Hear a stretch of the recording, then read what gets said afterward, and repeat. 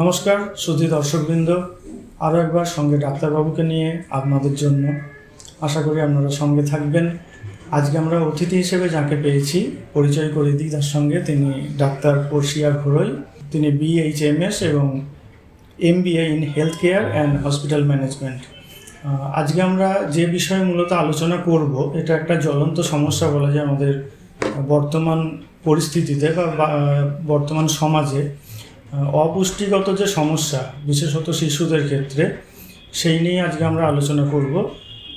আপনারা হয়তো আপনাদের জানার বিষয় যেগুলো একটা মনে কৌতূহল থাকে, জানতে পেলে হয়তো ভালো হতো, সুবিধা হতো। আশা করি আপনাদের সেই চাহিদা পূরণ হবে। চলে আসি ডাক্তারবাবু এবার কথোপকথনে। নমস্কার সকলকে। যে বিষয় বললাম এটাকে আমরা সংক্ষেপে SAM বলে থাকি, সাধারণত স্যাম বলেই পরিচিত। এটা পুরো নামটা যদি আপনি একটু বলে দেন। SAM, স্যামের পুরো কথা হচ্ছে সিভিয়ার অ্যাকিউট ম্যালনিউট্রিশন। আচ্ছা, এই ব্যাপারটা কি? আমরা যেমন নামের মধ্যেই বুঝতে পারছি, সিভিয়ার অ্যাকিউট ম্যালনিউট্রিশন কথার অর্থ হচ্ছে অপুষ্টি। এটা একটা অপুষ্টিজনিত গুরুতর সমস্যার বিষয়ে বলা হচ্ছে। এটা সাধারণত খুব ছোটদের, অর্থাৎ একদম জন্মের পরের শিশু থেকে 5-6 বছর পর্যন্ত শিশুদের মধ্যেই এই সমস্যাটা বেশিভাবে দেখা যায়, কারণ তাদের খাদ্যাভ্যাস, বেড়ে ওঠার পদ্ধতি সব কিছু এর সাথে ওতপ্রোতভাবে জড়িত। তো এই বয়সের বাচ্চাদের যখন ওজন, উচ্চতা এবং বয়স অনুপাতে ওজনের হার তীব্রভাবে কমতে শুরু করে, তখন সেই সমস্যাটাকে আমরা সিভিয়ার অ্যাকিউট ম্যালনিউট্রিশন বা স্যাম বলে থাকি। আচ্ছা, আশা করি আপনারা শুনলেন, বুঝতে পারবেন। কিছু ডাক্তারি টার্ম থাকে তো যেগুলো হয়তো আমরা বুঝি না, অনেক সময় সাধারণ মানুষের ক্ষেত্রে সেগুলো হয়তো মাথার উপর দিয়ে বেরিয়ে যায়। টার্মগুলো জানতে পারলে, মানেগুলো বুঝতে পারলে সাধারণ মানুষের পক্ষে, সাধারণ অভিভাবকদের পক্ষে অনেকটা সচেতন হওয়া সুবিধা হয় আর কি। এবার যেটা জানার, স্যাম মানে চূড়ান্ত পর্যায়ে যখন অপুষ্টিগত একটা সমস্যা আসছে, কি কারণে আসছে এবং এর কি বলবো ক্ষতিকর দিকগুলো কি কি হতে পারে? হ্যাঁ, আমি প্রথমেই একটা পরিসংখ্যান তুলে ধরি। আমাদের ভারতবর্ষে সমস্ত শিশুদের পরিসংখ্যান অনুযায়ী প্রায় 7% বাচ্চা অপুষ্টিতে, মানে সিভিয়ার অ্যাকিউট ম্যালনিউট্রিশনে ভুগছে, যার মধ্যে আমাদের রাজ্য পশ্চিমবঙ্গে 6% বাচ্চা সিভিয়ার অ্যাকিউট ম্যালনিউট্রিশনের শিকার। তো প্রথমেই বুঝতে পারছেন যে সংখ্যাটা খুব একটা কম নয়। এবং আজকের দিনে দাঁড়িয়ে যেখানে আমাদের আর্থিক অবস্থার পাশাপাশি দেখতে গেলে দেখা যায় যে এতটা চূড়ান্ত খারাপ অবস্থায় থাকার কিন্তু কোনো কারণ নেই, কিন্তু বাচ্চার খাদ্যাভ্যাস এবং আরও কিছু বিভিন্ন কারণ আছে যে জন্য সাধারণত এই স্যাম বা সিভিয়ার অ্যাকিউট ম্যালনিউট্রিশন, মানে অপুষ্টিগত কারণে বাচ্চাদের এইরকমভাবে খারাপ অবস্থা এটা দেখা যাচ্ছে। আচ্ছা, তো আমাদের দেশে এই ছোট বাচ্চাদের মধ্যে এই সিভিয়ার অ্যাকিউট ম্যালনিউট্রিশন কিন্তু জন্মের পর থেকে নয়, জন্মের আগে থেকেই অনেক সময়, মানে গর্ভাবস্থায় যখন মায়ের পেটের ভেতরে সন্তান থাকে তখন থেকেই যদি কিছু নিয়ম ঠিকঠাকভাবে না মেনে চলা হয়, তাহলে কিন্তু জন্মের পরে সেই বাচ্চা অপুষ্টিজনিত সমস্যা নিয়ে জন্মাতে পারে, মানে অপুষ্টি নিয়ে বাচ্চা জন্মাতে পারে। অতএব এটা ভাবার কোনো কারণ নেই যে জন্মের পরেই একমাত্র খাওয়া দাওয়া ঠিক না করলে বাচ্চার ওজন কমে অপুষ্টি হবে। অনেক সময় বাচ্চা মায়ের পেটের ভেতরে থাকাকালীনই কিছু কারণ এবং নিয়ম না মানার কারণে বাচ্চা জন্মগতভাবে অপুষ্টি নিয়েও জন্মাতে পারে। এই যে 6% কথা যেটা বললেন, এটা কি মানে গড়ে পশ্চিমবঙ্গের চিত্র নাকি এটার মধ্যে আবার শহরের ভাগ আছে, গ্রামাঞ্চলের আলাদা? না, গ্রামাঞ্চলের ভাগে অবশ্যই সেটা বেশি, শহরাঞ্চলে কম। কিন্তু শহরাঞ্চলেও বাচ্চাদের ফুড হ্যাবিটস এর জন্য বেশ কিছুটা কারণে দায়ী।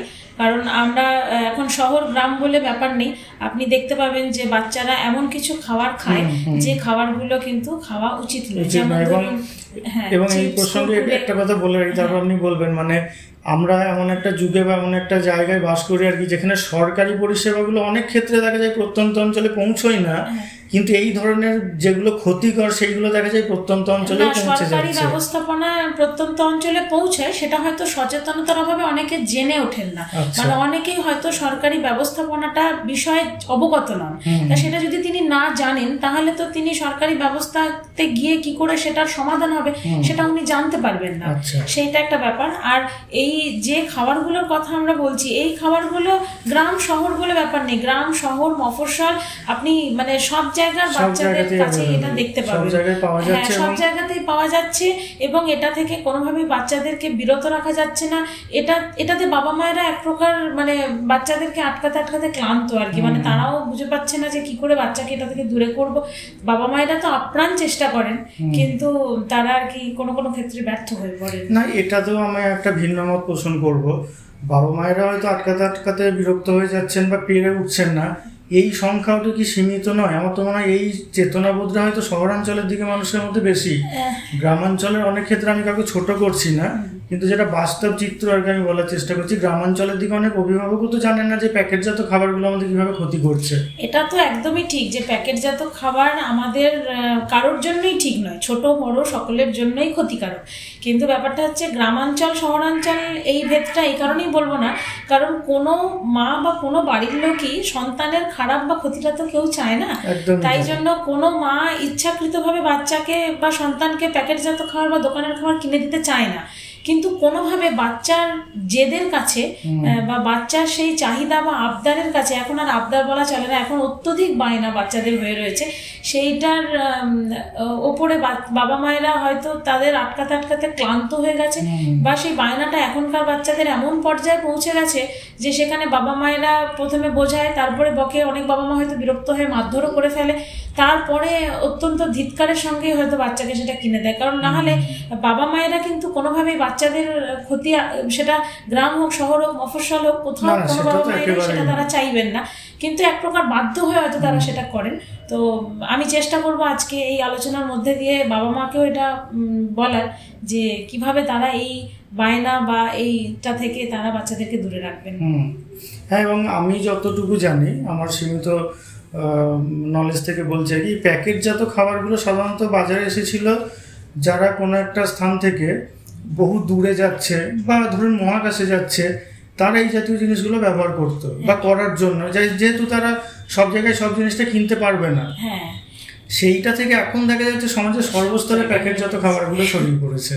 আসলে এই প্যাকেটজাত খাবার এত ইজি টু ইউজ যে লোকজন এটাতে খুব চটজলদি অভ্যস্ত হয়ে পড়ে। যেমন ধরুন এই প্যাকেটজাত খাবারের মধ্যে প্রথমেই যে খাবারের নাম আসে সেটা হচ্ছে নুডলস। নুডলস একটা সময় যখন বাজারে এলো, এই নুডলসের দেখবেন আপনি যে ব্যবস্থাপনাটাই সেরকম যে খুব চটজলদি, এটা মানে 2 মিনিটেই তৈরি হয়ে যায়। তো সেক্ষেত্রে আমরা কি ভাবি যে জিনিসটা 2 মিনিটেই তৈরি হয়ে যাবে, সেটা যদি তৈরি করে দেওয়া যায় তাহলে সময়টাও বাঁচবে আর পেটটাও ভরবে। কিন্তু এই সময় বাঁচিয়ে পেট ভরানোর জন্য যে ক্ষতিটা হচ্ছে, এই ক্ষতিটা প্রাথমিকভাবে হয়তো দেখা যেত যে দিনে একবার বা সপ্তাহে 2 দিন হয়তো খাওয়া হলো, কিন্তু আস্তে আস্তে মানুষের কর্মব্যস্ততা এখন এমন জায়গায় পৌঁছে গেছে যে সকলেই চটজলদি খাবারের পেছনে দৌড়তে গিয়ে আজকে এই সমস্যার সম্মুখীন আমরা হয়েছি। এবং এই প্যাকেটজাত দ্রব্যের মধ্যে নুডলস বলুন, এখনকার বিভিন্ন রকমের চিপস বলুন, হ্যাঁ আরো মানে কত বিভিন্ন ধরনের যে বিভিন্ন নামের যে চিপস পাওয়া যায়, সেটা আপনি বাজারে দোকানে গিয়ে না দাঁড়ালে আপনার বিশ্বাস হবে না যে এত ধরনের এত ভ্যারাইটিজের চিপস পাওয়া যেতে পারে, যেগুলো বাচ্চার জন্য একেবারেই ক্ষতিকারক, ভীষণভাবে ক্ষতিকারক। কারণ এই প্যাকেটজাত খাবারের মধ্যে যে মশলাগুলো দেওয়া থাকে সেটা বাচ্চার পাকতন্ত্রের জন্য, মানে হজমের যে প্রসেসটা আমাদের চলে তার জন্য ভীষণভাবে ক্ষতিকারক। এটা সর্বপ্রথম বাচ্চার খিদেটাকে নষ্ট করে দেয়, যার কারণে বাচ্চা ওই খাবারটা খাওয়ার পরে আর বাকি তার যেটা নর্মাল ফুড হ্যাবিটে থাকার কথা সেটা খায় না, এবং ওই খাবারটা মানে এমন কিছু মশলা এমন কিছু জিনিস দিয়ে তৈরি যেটা আপনাকে ওই খাবারের প্রতি আসক্ত করে তোলে, যে কারণে বাচ্চারা একবার ওই প্যাকেটজাত খাবার খাওয়ার পরে দৈনন্দিন বারংবার বায়না করতে থাকে যে আমাকে ওটাই কিনে দাও, ওটাই কিনে দাও, কারণ তারা ওই খাবারটার প্রতি আসক্ত হয়ে পড়ছে। তাহলে এই আসক্তিটাকে আমাদের দূর করার চেষ্টা করতে হবে এবং আমাদের চেষ্টা করতে হবে যাতে আমরা বাচ্চাদেরকে এই জিনিসগুলো থেকে দূরে রেখে একটা সুস্থ সুন্দর সমাজ গড়ে তুলতে। একদমই তাই। আচ্ছা, কথা প্রসঙ্গে এখানে গর্ভাবস্থার কথাও এলো। ধরুন গর্ভাবস্থায় যখন অপুষ্টি শুরু হচ্ছে, সেই পর্যায়টাকে কাটিয়ে ওঠার জন্য একজন গর্ভবতী মহিলা তিনি কি করতে পারেন? হ্যাঁ, আগে জানতে হবে গর্ভাবস্থায় একটা শিশুর অপুষ্টি কি করে হতে পারে। তো গর্ভাবস্থায় শিশুর অপুষ্টিটা আসে মায়ের থেকে। তো আমরা এখনকার দিনে দাঁড়িয়ে দেখলেও দেখতে পাবো যে আমাদের রাজ্যে কিন্তু প্রচুর সংখ্যক টিনেজ প্রেগন্যান্সি এবং মানে টিনেজ ম্যারেজ এবং তার পরবর্তীতে টিনেজ প্রেগন্যান্সি দেখা যাচ্ছে। তো এই টিনেজ যারা, তারা তো সকলেই 18-19 বছর বা তারও কম বয়সী। তো যে মেয়েটি নিজেই এখনো প্রাপ্তবয়স্ক হয়নি, তার শরীরের জরায়ুও প্রাপ্তবয়স্ক হয়নি, তাই একটা অপ্রাপ্তবয়স্ক শরীরে বা জরায়ুর ভেতরে যদি একটা ভ্রূণের প্রতিস্থাপন হয় এবং সেটি বড় হয়, তাহলে সে তার বড় হওয়ার জন্য যে পরিমাণ জায়গাটুকু দরকার সেটা পাচ্ছে না পাওয়ার কারণে যখন সে ভূমিষ্ঠ হচ্ছে, পৃথিবীতে আসছে, তখন সে ওই কম জায়গায় বড় হওয়ার কারণে অপুষ্টি নিয়েই জন্ম নিচ্ছে। তো এটা আমাদের দেশ, রাজ্য বা জেলার ক্ষেত্রেও বলতে পারেন একটা বড় দৃষ্টান্তমূলক পয়েন্ট, যে আমাদের রাজ্যে প্রচুর পরিমাণ টিনেজ প্রেগন্যান্সি বেড়ে গেছে। যে ক্ষেত্রে মায়ের বয়স যদি 18 বা তার নিচে হয়, তাহলে সেই মা যে সন্তানকে ধারণ করছে, সেই সন্তান অনেক রকমের রোগ নিয়ে জন্মাতে পারে, সেটা যেমন সত্যি, অনেক রকমের মারণ রোগ বা জন্মগত কঠিন ব্যাধি নিয়ে জন্মাতে পারে, বড় রোগ নিয়ে জন্মাতে পারে। সেই বড় রোগগুলোর মধ্যে একটা হচ্ছে অপুষ্টি, এবং এই অপুষ্টিটাকে ভরপুর মানে পরবর্তীতে ঠিক করে তোলাটা কিন্তু ভীষণ কষ্টকর। কারণ সে মায়ের পেটের ভেতরে যে 9 মাস 10 দিন ছিল, সেই 9 মাস 10 দিনেও সে পর্যাপ্ত পরিমাণ পুষ্টি, যেটা মায়ের শরীরের রক্ত থেকে কোষ থেকে যায়, সেটা সে পায়নি। কারণ তার মা নিজেই অপুষ্ট, অপরিণত শরীরে তাকে নিয়ে এসেছে, এবং সেও সঠিক পরিমাণ পুষ্টি মায়ের শরীর থেকে পায়নি। কারণ যে 9 মাস 10 দিন শিশু তার মায়ের গর্ভে থাকে, সে মায়ের খাওয়া দাওয়া, মায়ের শরীর থেকেই পুষ্টিটা নেয়। আচ্ছা, যখন ধরুন বোঝা যাচ্ছে যে কোনো একজন গর্ভবতী মহিলা অপুষ্টিতে ভুগছেন এবং সেইটা সঞ্চারিত হচ্ছে তার সন্তানের মধ্যে, শিশুর মধ্যে, এবার জন্ম দেওয়ার আগে পর্যন্ত তাকে তো অনেকবার চেক আপে আসতে হয়। ধরুন যখন ধরা পড়ছে যে তিনি অপুষ্টিতে ভুগছেন, সেই ক্ষেত্রে কি কোনো সরকারি প্রকল্প আছে তাকে সাহায্য করার মতো? তাকে সাহায্য করার মতন বলতে তাকে সঠিকভাবে খাওয়া দাওয়া করতে হবে। একটা মানুষ অপুষ্টিতে তখনই ভোগে যখন সে সুষম খাদ্য বা ব্যালেন্স ডায়েটটা মেনটেন করে না, ঠিক আছে, এবং তার যে পরিমাণ খাওয়া দাওয়া, সেই সঙ্গে যে পরিমাণ জল খাওয়া দরকার, যা যা পুষ্টিকর খাবার খাওয়া দরকার একজন গর্ভবতী মায়ের, সেটা সে করে না বলেই তার শরীরে অপুষ্টি দেখা দেয়। এই যে আমাদের রাজ্যে বা দেশে যে অঙ্গনওয়াড়ি কেন্দ্রগুলো আছে, সেই অঙ্গনওয়াড়ি কেন্দ্রগুলো কিন্তু সরকারি প্রতিষ্ঠান, এবং এই অঙ্গনওয়াড়ি কেন্দ্রগুলোতে একটি মা যখন প্রথম গর্ভবতী হয়, তখন থেকে তার নাম ওখানে এনলিস্টেড হয়ে যায়। সরকারি ব্যবস্থাপনায় নাম তুলতে হয়, একটি জননী সুরক্ষা কার্ড হয়, এবং সেই কার্ডটি দেখিয়ে তাকে অঙ্গনওয়াড়ি কেন্দ্রে নাম নথিভুক্ত করতে হয়। এই যখন সে নাম নথিভুক্ত করে, সেই সময় থেকে অঙ্গনওয়াড়ি কেন্দ্রে প্রতিদিন সে সকালবেলার একটি খাবার পায়। এই খাবারটি যেমন তাকে খেতে হবে, ঠিক তেমনি তাকে ঘরে কি কি খাবার খেতে হবে সেটিও ওই জননী সুরক্ষা যে কার্ড আছে, সেই কার্ডে লেখা থাকে, এবং তাকে সেটা মেনটেন করতে বলা হয়। সমস্ত স্বাস্থ্যকর্মীরা, সেটা আশা দিদি যিনি বাড়ি বাড়ি ভিজিট করেন, ANM দিদি বা ধরুন অঙ্গনওয়াড়ি দিদি, তারা কিন্তু প্রতি মুহূর্তে তাকে বলেন যে তার কি কি খাবার খাওয়া উচিত, তার প্রত্যেক মাসে ওজন দেখা হয়, এবং সেক্ষেত্রে প্রতি মাসেই কিন্তু তাকে অঙ্গনওয়াড়ি দিদি বা ANM দিদিরা বলে দেবেন যে তোমার ওজনটা কিন্তু আস্তে আস্তে এই পরিমাণ বাড়ছে, এবং সেই ওজনটা কার্ডে লেখা থাকে, যেটা সে মা নিজেও দেখতে পাবে যে আমার আগের মাসে এতটা ওজন ছিল, এই মাসে এতটা হয়েছে। যদি কোনোভাবে ওজন না বাড়ে বা ওজন কমে যাচ্ছে, তাহলে কিন্তু তাকে জানানো হবে যে তুমি খাওয়া দাওয়া ঠিক করে করছো না, বা কোনোভাবে তোমার মেন্টাল স্ট্রেস যাচ্ছে, বা তোমার যে যে কাজকর্ম করা উচিত নয় তুমি সেগুলো করছো। সাধারণত প্রেগন্যান্সিতে একজন মাকে সমস্ত ধরনের স্বাভাবিক কাজকর্ম করতে বলা হয়, কিন্তু দেখা যাচ্ছে সে একটা বড় লোহার বালতি তুলছে, সে দিনে 5-6 বার করে সিঁড়ি ভাঙছে, আবার হয়তো দেখা যেতে পারে সে অনেক কম বয়সের মা, অথবা সে অনেক বেশি বয়সের মা, সে সংসারের সকলের জন্য করার পরে নিজের জন্য যে খাবারটা খাচ্ছে সেটা অত্যন্ত পরিমিত পরিমাণ হচ্ছে না, খুব সামান্য পরিমাণ হচ্ছে, বা সেই খাবারে হয়তো পর্যাপ্ত ডাল, সয়াবিন বা শাকসবজি নেই।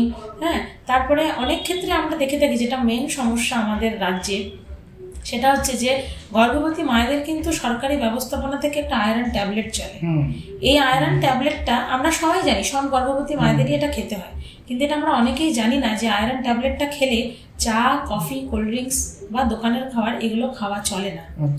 তো যদি কোনো মা সকালবেলা ঘুম থেকে উঠে বড় এক কাপ চা নিয়ে বসে পড়ে, সেটা লিকার চা, দুধ চা, যাই হোক না কেন, তাহলে কিন্তু তার ওই যে চাটা খেয়ে তার খিদেটা নষ্ট হয়ে গেল, তাতে দেখা যাবে সে পরবর্তী খাবারটা খাচ্ছে একবারে গিয়ে লাঞ্চ টাইমে, অনেকটা বেলা করে, হ্যাঁ একদম দুপুরের খাবার খাচ্ছে। তাহলে এই যে তার মাঝখানের একটা হেভি ব্রেকফাস্ট করার কথা ছিল, যেটা সে করলো না, স্কিপ করে গেল, এটা যদি দৈনন্দিন হতে থাকে তাহলে অপুষ্টি কিন্তু এখান থেকেই শুরু হবে।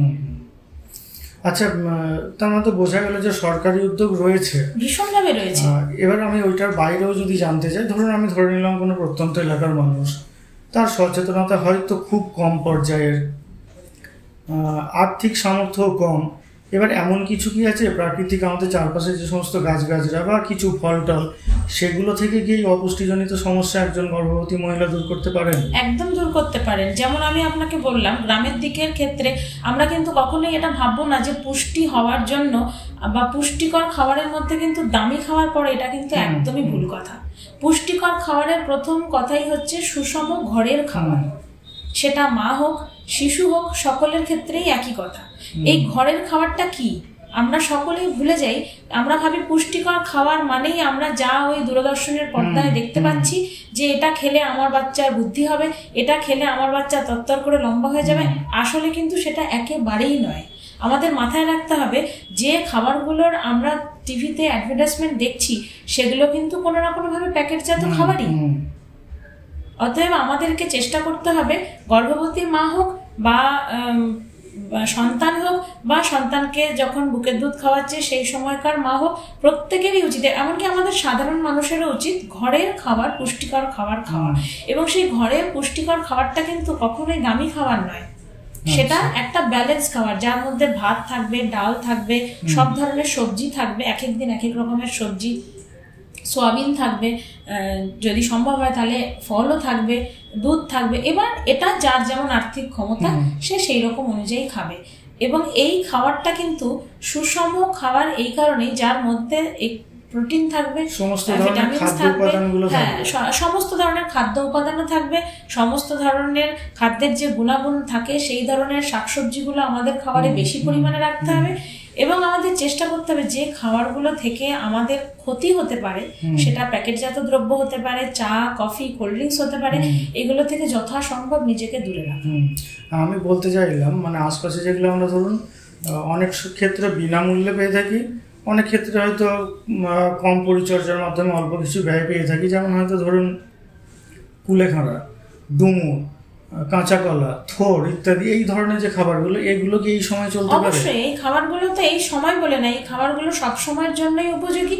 তবে আমাদের জানতে হবে যে আমাদের মানে আমরা কোন জিনিসটার জন্য কোন খাবারটা খাবো এবং কোন খাবারের সাথে কোন খাবারটা রিলেটেড সেটাও জানতে হবে। যেমন আয়রন সমৃদ্ধ খাবার যদি আমরা খাই তাহলে আমাদেরকে মাথায় রাখতে হবে যে তার সাথে যেন আমরা ভিটামিন সি জাতীয় খাবারও খাই। ভিটামিন সি জাতীয় খাবার আয়রন সমৃদ্ধ খাবারের আয়রনকে শরীরে শোষিত হতে সাহায্য করে।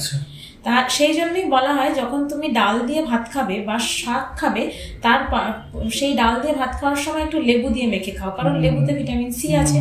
তো প্রত্যেকটা খাবার, যে খাবারগুলো আমরা ছোটবেলা থেকে শুনে এসেছি বা বাড়ির গুরুজনরা আমাদেরকে খেতে বলেন, সেই খাবারগুলোর পেছনে কিন্তু সাইন্টিফিক কারণ আছে, ঠিক আছে? তো যেমন ধরুন সজনে শাক, সজনে ডাঁটা, এতে প্রচুর পরিমাণে আয়রন আছে।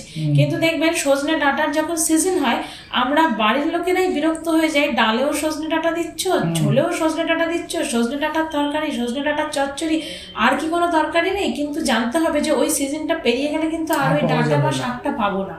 এবং আমরা আমাদের ভারতবাসী তথা পশ্চিমবঙ্গের মহিলাদের বিশেষ করে শরীরে আয়রনের প্রচুর ঘাটতি দেখা যায়, কারণ আমরা খাদ্য গুণাগুণ থেকে খাদ্য থেকে যেভাবে আয়রন শোষিত হয়ে আমাদের শরীরে কাজে লাগার দরকার, দেখা যায় যে আমরা সারাদিনে যা কাজকর্ম করি বা যা স্ট্রেস চলে আমাদের, তাতে সেই আয়রনটা আমাদের শরীরের জন্য পর্যাপ্ত হয়ে ওঠে না।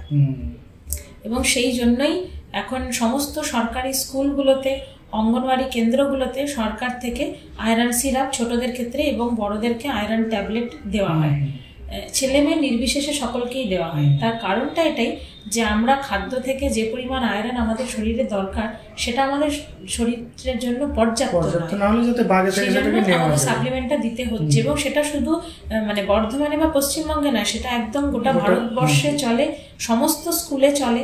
সমস্ত স্কুলের একদম প্রি প্রাইমারির বাচ্চা থেকে ক্লাস 12-এর বাচ্চারা সকলে এই ট্যাবলেটটি খায়। আর প্রি প্রাইমারির আগে যে বাচ্চারা অঙ্গনওয়াড়ি সেন্টারে আছে 6 বছর বয়স পর্যন্ত, তাদের কিন্তু আয়রন সিরাপ দেওয়া হয়। এবং এটা ন্যাশনাল প্রোগ্রামের মধ্যে পড়ে। এর জন্য কোনো রকমের টাকা পয়সা লাগে না, এটা সম্পূর্ণ সরকারি ব্যবস্থাতেই ওষুধ দেওয়া হয় এবং এটা সারা বছর চলে। তাহলে বুঝতে পারছেন, একটি বাচ্চার যখন 1 বছর বয়স হচ্ছে তখন থেকে 6 বছর বয়স পর্যন্ত সে আয়রন সিরাপ পাচ্ছে, তার বয়স এবং ওজন অনুযায়ী তার যা ডোজ হওয়া উচিত সেই ডোজে। এবং সেই বাচ্চাটা যখন 6 বছর বয়স হয়ে যাচ্ছে তখন সে একটা স্কুলে ক্লাস 1-এ ভর্তি হচ্ছে এবং সেই ক্লাস 1 থেকে ক্লাস 12 পর্যন্ত এই আয়রন ট্যাবলেটটি পাচ্ছে নির্দিষ্ট ডোজে। সরকারি স্কুলে এই পরিষেবাটি দেওয়া হয়, সরকার থেকে এই ওষুধটি দেওয়া হয়, কোনো রকমের পয়সা করি তার জন্য লাগে না। তাহলে একটি বাচ্চা যদি সরকারি পরিষেবা নিতে চায় তাহলে কিন্তু সে অনেক কিছুই তাতে পাবে। এবার যেটা জানার, একটা শিশু ভূমিষ্ঠ হওয়ার পর থেকে প্রথম 6 মাস পর্যন্ত তার খাদ্যাভ্যাস কি ধরনের হওয়া দরকার? প্রথম 6 মাসে তার একদম চোখ বন্ধ করে একটি খাবার হওয়ার কথা, সেটা হচ্ছে মায়ের বুকের দুধ। এর বাইরে সে আর কোনো খাবার খাওয়া তার উচিত নয়। মায়ের বুকের দুধ খাবে। মায়ের মানে সন্তান ভূমিষ্ঠ হওয়ার পরে মায়ের বুকের দুধটা প্রথম যেটা বেরোয় সেটাকে আমরা কলোস্ট্রাম বলে থাকি। সেটা একটা হলুদ রঙের ঘন তরল, সেইটা বাচ্চাকে প্রথমে খাওয়াতে বলা হয়। তারপর থেকে বাচ্চা মায়ের বুকের দুধ খাবে।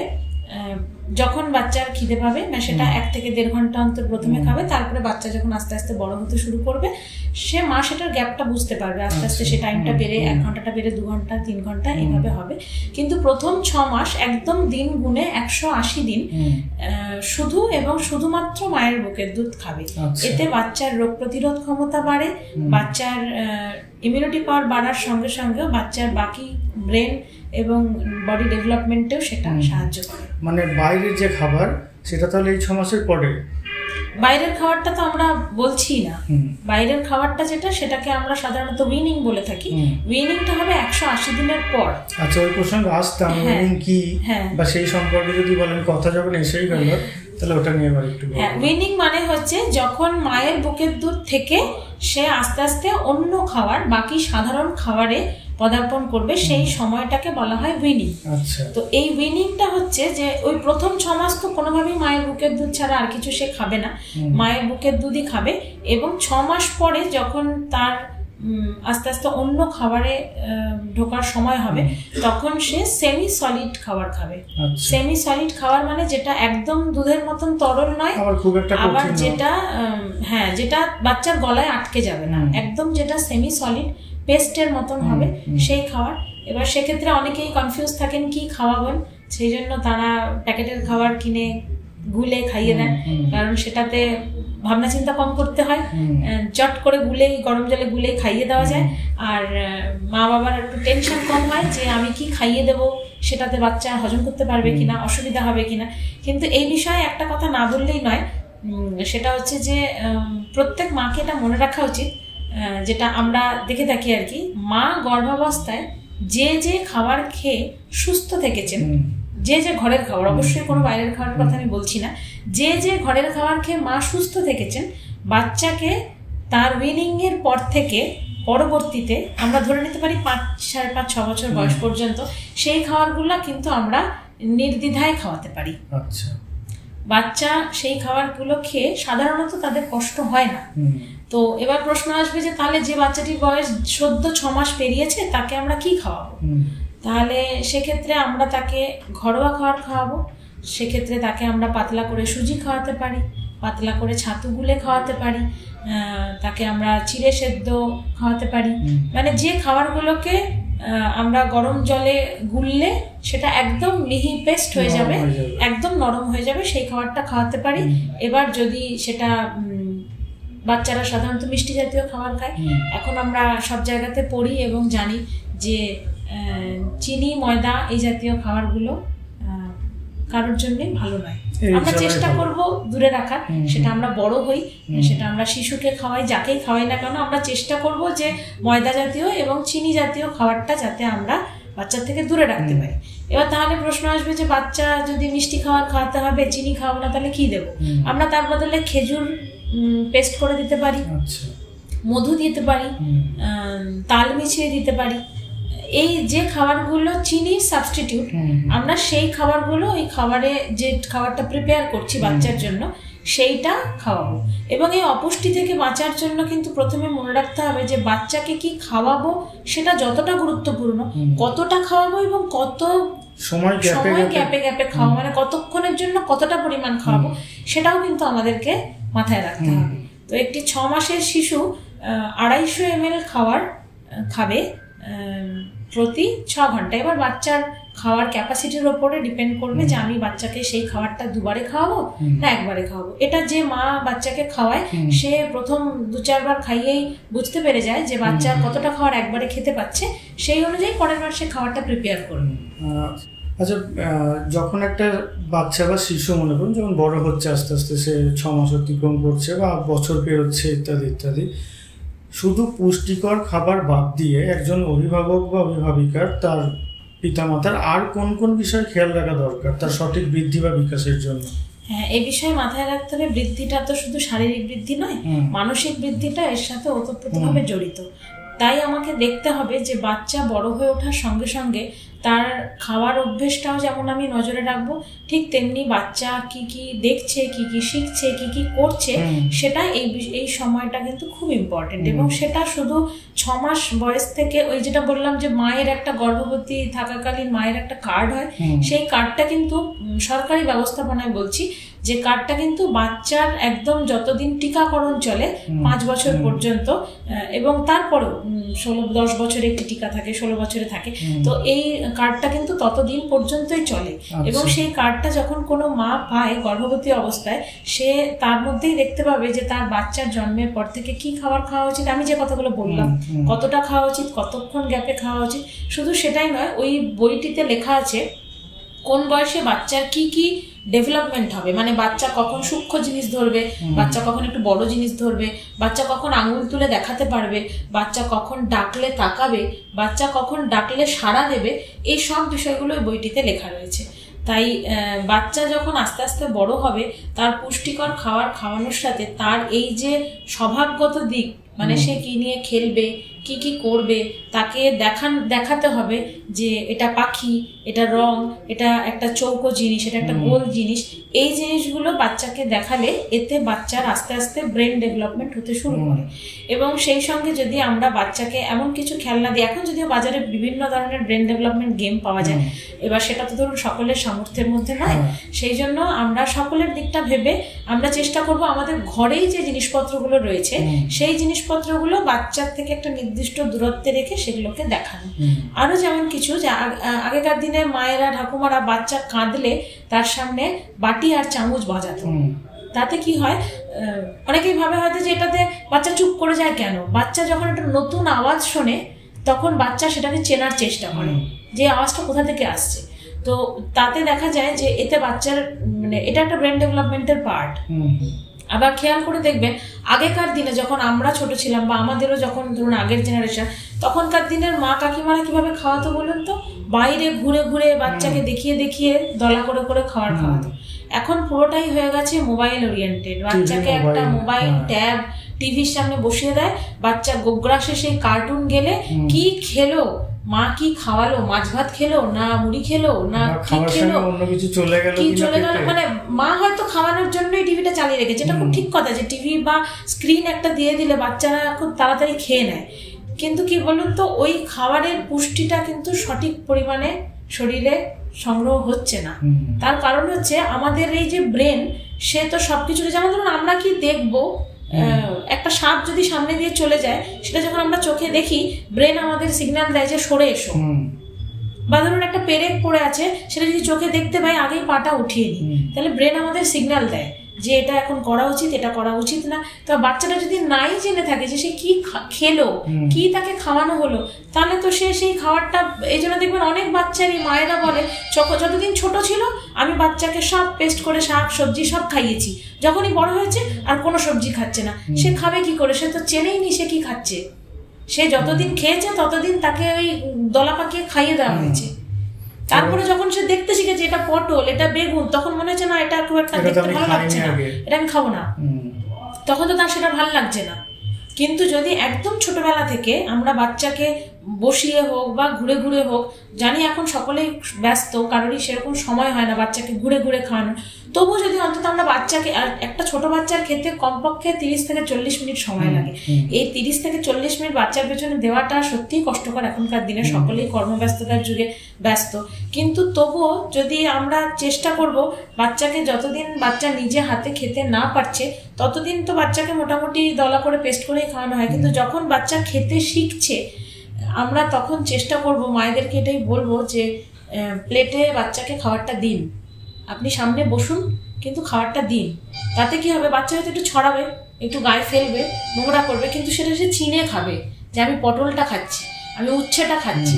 তাতে দেখবেন ভবিষ্যতে বাচ্চা সব ধরনের সবজি খেতে শিখবে।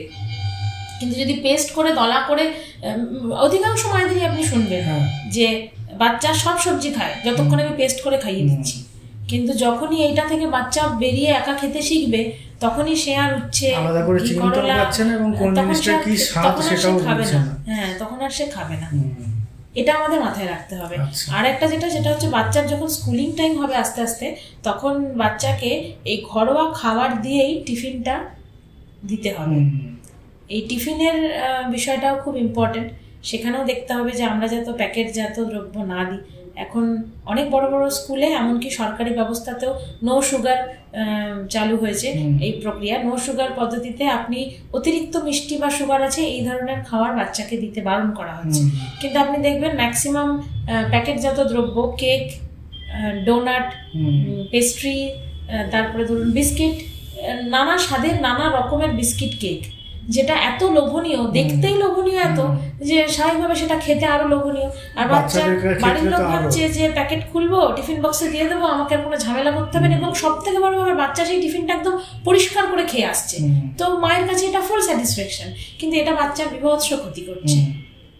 এটাতে বাচ্চার প্রথম কথা দাঁতে ক্যাভিটি হতে পারে, দ্বিতীয় কথা হচ্ছে বাচ্চার এটাতে ক্ষুধামান্দ, যেটাকে আমরা বলি অ্যানোরেক্সিয়া, খাওয়ার খিদেটা নষ্ট হয়ে যাওয়া, এটা চরমভাবে হবে। তখন সে আর ওই ভাত মুড়ি চিড়ে ডাল ছাতু খেতে চাইবে না। যে খাবারগুলোতে হাই ফাইবার আছে, যে খাবারগুলো খেলে শরীরের উপকার, এইগুলো সে আর খাবে না। আচ্ছা, প্যাকেটজাত খাবার নিয়ে তো অনেকক্ষণ ধরে আলোচনা হচ্ছে। আশা করি যারা শুনছেন তারা বুঝতে পারবেন যে এটা থেকে বাচ্চাদের দূরে রাখা দরকার। বা প্রথম থেকে আলোচনা হয়েছে বড়রাও এড়িয়ে চলতেই পারে। আর কি কি ধরনের খাবার, ধরুন এই প্রসঙ্গে বলা যায়, আমরা টিভি খুললে, যে প্রসঙ্গে আগে কথা হলো খুব ছোট করে হলেও হয়েছে, টিভি খুললে আমরা দেখতে পাচ্ছি এটা ভালো, এটা খাওয়ান, এটা ভালো, ওটা খাওয়ান। এবং সবার তো বিচার বিবেচনা বোধ সমান নয়। আমরা টিভিতে দেখছি মানে আমরা বিশ্বাস করে নিই বা এটা খুব ভালো, এবং এমন একটা ধারণা কাজ করে আমাদের প্রত্যেকের মনে যে যার দাম বেশি হবে সেই জিনিসটা হয়তো খুব ভালো। এবার এই ধরনের খাবারের মধ্যে থেকে কোন জিনিসগুলো বিশেষভাবে এড়িয়ে চলাটা খুব কর্তব্যের মধ্যে করবে একজন অভিভাবক অভিভাবিকার কাছে? আমার মতে সমস্ত প্যাকেটের খাবারই অন্তত পক্ষে 6 বছর বয়স অবধি শিশুকে সম্পূর্ণ দূরে রাখাটা উচিত। কেন উচিত? তার কারণ হচ্ছে 6 বছর বয়স পর্যন্ত যে অভ্যেসটা আমরা তৈরি করে দেব, পরবর্তীতে বাচ্চা সেটা নিয়ে এগিয়ে যাবে। তো আমরা যদি 6টা বছর বাচ্চাকে এই সমস্ত ধরনের বাইরের খাবার থেকে দূরে রাখতে পারি, তাহলেই কিন্তু আমরা এই ব্যাপারটাকে ওভারকাম করতে পারবো। এবার অনেকেই বলবেন যে 6 বছর পর্যন্ত বাইরে দোকানে গেলে জিনিসগুলো দেখবে, খাবে, তাহলে কি করে সেটা থেকে দূরে রাখবো? এবার প্রথমে জানতে হবে কি কি জিনিস থেকে দূরে রাখবো। প্রথমত ঘরে বানানো খাবারের মধ্যে চা, কফি, বাইরের খাবারের মধ্যে কোল্ড ড্রিঙ্কস, চিপস এবং মিষ্টি জাতীয়, এই যেগুলো বললাম আমি, কেক, বিস্কিট, পেস্ট্রি, এগুলো থেকে। তো এই 5 রকমের জিনিস থেকে দূরে রাখার প্রথম কন্ডিশনই হবে নিজেকেও সেটা থেকে দূরে রাখতে হবে। কারণ বাচ্চা সবার প্রথম যাকে দেখে সেটা হচ্ছে মা এবং বাবা। তাহলে মা বাবাকে নিজেকে এই 5টা জিনিস থেকে দূরে থাকতে হবে। আমি একটা খুব ছোট্ট উদাহরণ দিচ্ছি। দেখবেন যে দোকানে এই প্যাকেটজাত খাবার, চিপস বা এই কেক, বিস্কিট পাওয়া যায়, সেই একই দোকানে কিন্তু নেশাজাত দ্রব্যও পাওয়া যায়। বিড়ি, সিগারেট, ওই চিউইং যে তাম্বাকু হয় সেগুলো। কিন্তু কখনো কোনো বাচ্চাকে, সেটা শহর হোক, গ্রাম হোক, মফস্বল হোক, কোনো বাচ্চাকে দেখবেন না দোকানে গিয়ে ওই জিনিসগুলোর দিকে পয়েন্ট আউট করে বলতে যে ওটা আমাকে দাও। কেন করে না? কারণ সে জানে ওটা আমার খাবার নয়। তাহলে যদি আপনি বাচ্চাকে এই 5টা খাবার সম্পর্ক বোঝাতে পারেন যে এটা তোমার খাবার নয়, তাহলে দেখা যাবে বাচ্চা দোকানে গিয়ে এই খাবারগুলোর দিকেও পয়েন্ট আউট করে চাইছে। এটা খুব ভালো বলেছেন, একদম অবশ্যই শিক্ষণীয় এটা। এবং আমার মনে হয় ছোটরা তো খুব অনুকরণ প্রিয় হয়, বড়দের যা করতে থাকে সেইটাকেই তারা শেখে। এই ক্ষেত্রে যদি তার বড় যারা, তারা যদি নিজেদেরকে নিয়ন্ত্রণে রাখতে পারেন, মনে হয় বাচ্চারা সেটাই নিয়ন্ত্রণে রাখা। মানে হয়তো বড়রা বলবেন তাহলে কি আমরা চা খাবো না? অবশ্যই খাবেন। বাচ্চা যখন ঘুমোচ্ছে, ঘুম থেকে ওঠার আগে আপনি চা খেয়ে নিন, অথবা বাচ্চা যখন স্কুলে চলে গেছে তারপরে খান। ওর সামনে খেলে তো ব্যাপারটাতে ও সেটা জিজ্ঞাসা করবে যে তুমি চা খাচ্ছ, তাহলে আমি খাবো না কেন?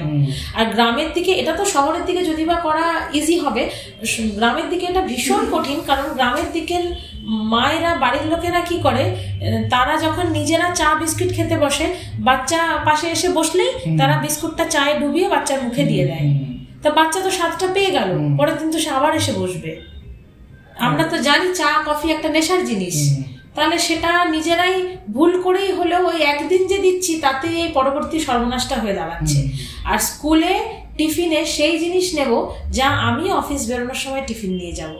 অর্থাৎ আমি যদি টিফিনে রুটি আর সুজি নিয়ে যাই, তাহলে বাচ্চাকেও সেটা দেবো। তাহলে বাচ্চা জানতে পারবে যে আমার বাবা টিফিনে যা নিয়ে যায় আমাকেও টিফিনে তাই দেয়।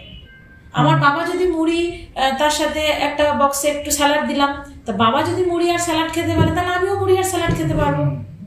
আর মিষ্টির মধ্যে বাচ্চারা যদি মিষ্টি খেতে ভালোবাসে, তাহলে ছানার মিষ্টি, রসগোল্লা, এই ধরনের মিষ্টি এক আধবার দেওয়া যেতে পারে, তাতে কোনো অসুবিধা নেই। তাতে ছানাটাও খাওয়া হয়। তবে আমি বলবো ছানা বাড়িতে দুধ থেকে ছানা বানিয়ে খাওয়ানোটাই কারণ চিনিটা যদি আমাদের এড়িয়ে চলা কর্তব্য হয়, যেখানে ছানার দ্রব্যগুলো তৈরি হচ্ছে তারা তো চিনিটাকেই ব্যবহার করছে। দোকানে তো চিনির কোনো সাবস্টিটিউট ব্যবহার করা হয় না। সেক্ষেত্রে আপনি বাড়িতে যদি ঘরে দই পাতেন, বা এখন যদি ঘরেও মিষ্টি বানান, তাহলে সেক্ষেত্রে আপনি চিনিটা কম দেবেন বা চিনির সাবস্টিটিউট কিছু ব্যবহার করবেন। সেক্ষেত্রে সেটা বাচ্চার জন্য হেলদি হবে। আর বাচ্চা যদি দেখে বাবা মা টিফিনে যা নিচ্ছে আমাকেও তাই দিচ্ছে, সেটা যদি একদম ছোট্ট থেকে দেখে, তাহলে কিন্তু বাচ্চা সেই খাবারগুলোই খাবে, সেটাই খাবে। বাচ্চা যদি দেখে যে আপনি ফলগুলো বাচ্চার সামনে কেটে নিজেও টিফিন বক্সে ভরছেন, বাচ্চাকেও দিচ্ছেন, এবং আপনি টিফিন বক্স খালি করে বাড়ি ফিরলে বাচ্চা যদি প্রথম একদিন দুদিন টিফিন বক্সে ফলগুলো না খেয়েও ফিরে আসে, আপনি যদি বোঝান যে দেখো তুমি খাও আমিও খাচ্ছি, একই খাবার, তো বাচ্চা যা দেখবে মা বাবাকে বাচ্চা সেটাই করবে। আবার পুরোনো কথা একবার আসি। প্রথমে যে শ্যাম নিয়ে আলোচনা করছিলাম, শ্যাম প্রতিরোধের ক্ষেত্রে সরকারি পর্যায়ে কী কী পদক্ষেপ নেওয়া হচ্ছে খুব দৃঢ়ভাবে, এবং বাস্তবে তার উপকারিতা কতটা, বা কোন কোন ক্ষেত্রে ঘাটতি থেকে যাচ্ছে? মানে আপনারা তো এই পেশার সঙ্গে যুক্ত, আপনারা ভালো বলতে পারবেন বিষয়টা, সেই জন্য আরও একবার প্রশ্নটা করা। প্রথমে ঘাটতিটার কথা বলি, খারাপটা আগে বললে পরে ভালোটা শুনতে ভালো লাগে। ঘাটতিটা প্রথমেই হচ্ছে সচেতনতার অভাব। এই যে বিষয়গুলো আপনাদের এতক্ষণ বললাম, এই বিষয়গুলো নিয়ে যদি আমরা নিজেরা সচেতন হতে পারি, তাহলেই আমরা আমাদের সন্তানকে এই জিনিসগুলো থেকে দূরে রাখতে পারবো, এবং আমাদের আগামী প্রজন্ম আরো বেশি সুস্থ হবে। আমাদের পূর্ববর্তী প্রজন্মের আয়ুর সীমা অনেক বেশি, যেটা এখনকার দিনে বাচ্চাদেরকে দেখা যাবে 12-13 বছরেই গলব্লাডার স্টোন হচ্ছে, 12-13 বছরে প্রচন্ড পেটে ব্যথা নিয়ে ভর্তি হতে হচ্ছে। তার কারণ তারা ছোটবেলাতে এত বেশি প্যাকেট ফুড খাচ্ছে, এত বেশি দোকানের লজেন্স খাচ্ছে, মিষ্টি জাতীয় জিনিস খাচ্ছে, যে পরবর্তীতে খুব অল্প বয়সে তারা এই ধরনের সমস্যার সম্মুখীন হচ্ছে, কষ্ট পেতে হচ্ছে। তাহলে আমাদের প্রথমেই সচেতন হতে হবে। আমরা নিজেরা সচেতন না হলে যে বাচ্চাটি কালকে জন্মাবে তাকে সেগুলো দেখাতে পারবো না, তাকে সচেতন করতে পারবো না। আমি যদি নিজে চা খাই, তাহলে আমি বাচ্চার সামনে বসে চা খাই, তাহলে আমি বাচ্চাকে বলতে পারবো না যে তুমি চা খাবে না। বাচ্চাকে দেখতে হবে যে বাচ্চার বাবা মা সারা দিনে বাচ্চার সামনে চা কফি খাচ্ছে কি না, এবং দোকানে গেলেই এই বায়না করলেই একটা কিছু কিনে দেওয়া, এটা যদি করি তাহলে তো সেটাকে আটকে রাখা সম্ভব না। অনেক মা বাবাকে দেখা যায় তারা রেগে বিরক্ত হয়ে বাচ্চাকে মারধর করেন। মারধর করা, প্রচন্ড বকাবকি করা, চিৎকার করা, এগুলো কিন্তু উচিত না। এতে বাচ্চার মনের উপরে চাপ পড়ে। কারণ আজকালকার দিনে সকলেই ব্যস্ত। অনেকেই আমরা আগেকার দিনে বাচ্চাকে মা বাবারা যে পরিমাণ সময় দিতে, এখন সে পরিমাণ সময় দিতে পারে না। তাই যে অল্প পরিসর সময় আমরা সন্তানকে দিতে পারি, তার মধ্যে যদি বকাবকি, চিৎকার, চেঁচামেচি, মারধর থাকে, তাহলে সেটা বাচ্চার মানসিক চাপের সৃষ্টি করে। তাই চেষ্টা করতে হয় বাচ্চার সাথে হেসে খেলে বুঝিয়ে ভালোবেসতে করলে, বোঝালে সবাই বুঝে। তাই একটা বাচ্চাকে যদি আমরা বুঝিয়ে ভালোবেসে আদর করে বোঝাই যে দেখো এটা আমিও খাই না, এটা তুমিও খেও না, এটা খেলে তোমার পেটে ব্যথা হবে, কষ্ট হবে, অবশ্যই সেই বাচ্চা বুঝবে। আর বাকি রইল সরকারি পরিষেবা। সরকারি পরিষেবাতে প্রত্যেক জেলায় একটি করে নিউট্রিশনাল রিহ্যাবিলিটেশন সেন্টার আছে, যাকে আমরা শর্ট ফর্মে এনআরসি বলে। হ্যাঁ, জেলায় আপাতত একটি করে রয়েছে। আমাদের পূর্ব বর্ধমান জেলার জন্য নিউট্রিশনাল রিহ্যাবিলিটেশন সেন্টার রয়েছে পানাগড়ে। আচ্ছা, ঠিক আছে, যদিও সেটা পশ্চিম বর্ধমান দুর্গাপুরের দিকে পড়ে যাচ্ছে, কিন্তু আপাতত পানাগড় যে হসপিটালটি আছে সেই হাসপাতালেই একটি উইং আছে যার নাম নিউট্রিশনাল রিহ্যাবিলিটেশন সেন্টার, মানে অপুষ্টি প্রতিরোধের স্থান। সেখানে যে বাচ্চার ওজন অত্যধিক কম হয়ে যায়, অ্যাকর্ডিং টু WHO -3 SD, মানে যেখানে ওজন বয়স এবং উচ্চতা অনুপাতে অনেকটা কম, মানে যেটাকে আমরা স্বাভাবিক, মাঝারি এবং অত্যন্ত কমের মধ্যে ফেলছি, সেই অত্যন্ত কমের মধ্যে চলে গেলে সেটাকে লালকালির দাগে পড়ে যায়। তো সেই বাচ্চাকে ওই নিউট্রিশনাল রিহ্যাবিলিটেশন সেন্টারে পাঠাতে হয়। 5 বছর পর্যন্ত বাচ্চারা সেখানে যেতে পারে। সেই বাচ্চা ওখানে মায়ের সাথে যাবে। সে 14 রাত 15 দিন ওখানে থাকার সুব্যবস্থা আছে। সে মা ওখানে বাচ্চার সঙ্গে থাকতে পারবে, খাবার পাবে, এবং বাচ্চা ওখানে স্বাভাবিক যা সারাদিনের খাবার ছাড়াও একটা স্পেশাল ফুড পায়, যে খাবারের মধ্যে বাদাম, ছোলা, জোয়ার, বাজরা এইরকম একটা মিক্সড ফুড, প্রোটিনের এবং ফাইবারের একটা ফুড থাকে, যেটা সে পায়। এছাড়াও সরকারি ব্যবস্থাতে ওই বাচ্চাটি ওখানে 15 দিন থাকার পরে, ছাড়া পাওয়ার পরে পরবর্তী 6 মাসের একটা স্পেশাল রেশনের কুপন পায়।